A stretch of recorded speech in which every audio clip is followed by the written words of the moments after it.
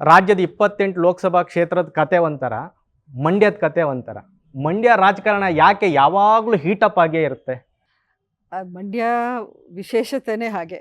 ಮೊದಲಿಂದಲೂ ಅದು ಒಂಥರ ನೀವು 28 ಕ್ಷೇತ್ರಗಳಿಗೆ ಕಂಪೇರ್ ಮಾಡಿದ್ರೆ ಮಂಡ್ಯದಲ್ಲೇ ರಾಜಕಾರಣ ಯಾವತ್ತೂ ಬೇರೆ ಥರನೇ ಇತ್ತು ಮೊದಲಿಂದಲೂ. ಅಫ್ಕೋರ್ಸ್ ನನ್ನ ಎಲೆಕ್ಷನಲ್ಲಿ ಸುದ್ದಿ ಒಂದು ಎಲ್ಲ ಕಡೆನೂ ಫ್ರಮ್ ಕರ್ನಾಟಕದಲ್ಲಿ ಮಾತ್ರ ಅಲ್ಲ, ಇಡೀ ದೇಶದಲ್ಲೇ ಒಂಥರ ಸತ್ ಮಾಡಿದ್ದಂದರೆ ಅದು ಮಂಡ್ಯ ಎಲೆಕ್ಷನ್ನು. ಅದು ಆಗ್ಲಿಂದನೂ ಅದೇ ಒಂದು ಮೊಮೆಂಟಮ್ಮನ್ನು ಮೇಂಟೈನ್ ಮಾಡ್ಕೊಂಡು ಬರ್ತಾನೆ ಇದೆ. ಗೊತ್ತಿಲ್ಲ ಅದಕ್ಕೆ ಯಾವುದು ಕಾರಣನೋ.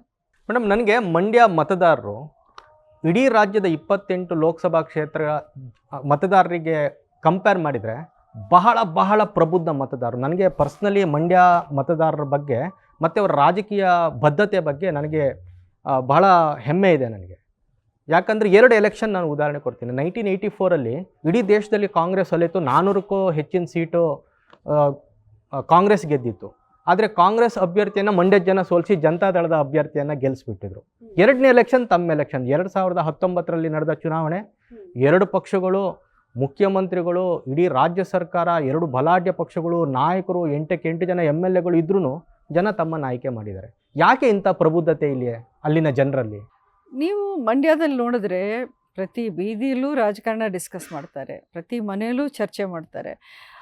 ಪ್ರತಿಯೊಬ್ಬರು ಪ್ರತಿದಿನ ಎದ್ದು ಬೇರೆ ಕಡೆ ಎಲ್ಲ ಎಂಟರ್ಟೈನ್ಮೆಂಟ್ ಚಾನಲ್ಸ್ ನೋಡಿದ್ರೆ ಮಂಡ್ಯದಲ್ಲಿ ಬರೀ ನ್ಯೂಸ್ ಚಾನಲ್ಸೇ ಓಡುತ್ತೆ ಪ್ರತಿ ಮನೆಯಲ್ಲೂ. ಮೊದಲಿಂದ ಅವ್ರಿಗೆ ರಾಜಕಾರಣದ ಬಗ್ಗೆ ಒಂದು ಆಸಕ್ತಿ, ಕುತೂಹಲ ಹೆಚ್ಚಾಗಿರುವಂಥ ಒಂದು ಕ್ಷೇತ್ರ ಮಂಡ್ಯ ಅಂದರೆ. ಸೊ ಹಾಗಾಗಿ ಅದನ್ನು ನೋಡಿ ಫಾಲೋ ಮಾಡಿ ಅವರು ಒಂಥರ ಅಪ್ಡೇಟೆಡ್ ಆಗಿರ್ತಾರೆ ರಾಜಕಾರಣದಲ್ಲಿ ಏನೇನು ನಡೀತಾ ಇದೆ ಅನ್ನೋದು ಒಂದಾದರೆ.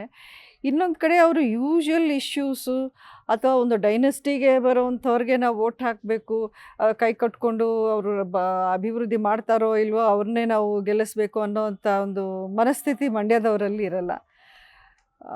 ಅಟ್ ದ ಸೇಮ್ ಟೈಮ್ ಸ್ವಲ್ಪ ಎಮೋಷ್ನಲ್ ಆಗಿ ಮಾಡ್ತಾರೆ. ಅವರ ಒಂದು ಎಲೆಕ್ಷನಲ್ಲಿ ಅವ್ರ ಚಾಯ್ಸಸ್ ಏನೇ ಇರಲಿ ತುಂಬ ಎಮೋಷ್ನಲ್ ಆಗಿಯೂ ಇರ್ತಾರೆ ಅಟ್ ದ ಸೇಮ್ ಟೈಮ್.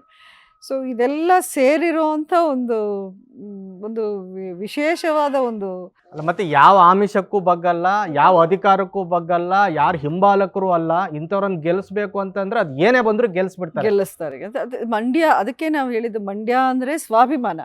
ಅವ್ರಿಗೆ ಸ್ವಾಭಿಮಾನಕ್ಕಿಂತ ಹೆಚ್ಚಾಗಿ ಯಾರೋ ಬೇರೆಯವ್ರು ಬಂದು ಹೇಳಿದ್ರು ಅಥವಾ ಇನ್ನೊಬ್ರು ಬಂದು ದುಡ್ಡು ಕೊಟ್ಟರು, ಇನ್ನೊಂದು ಆಫರ್ ಮಾಡಿದ್ರು, ಇನ್ನೊಂದು ಆಮಿಷ ಮಾಡಿದ್ರು ಅಂದರೆ ಅದಕ್ಕೆಲ್ಲ ಬಗ್ಗಲ್ಲ ಅವರು. ಅವ್ರ ಮನಸ್ಸಿಗೆ ಏನು ಸರಿ ಅನಿಸುತ್ತೋ ಅದನ್ನೇ ಮಾಡ್ತಾರೆ ಮಂಡ್ಯದವರು.